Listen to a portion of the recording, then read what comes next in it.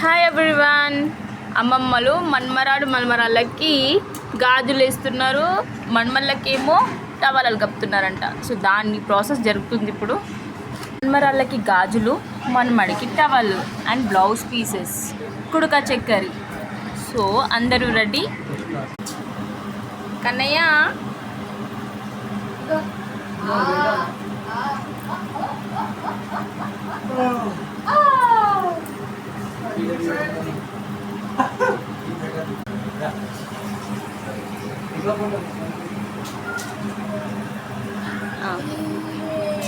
మనకు గాజులు ఇస్తున్నాయి.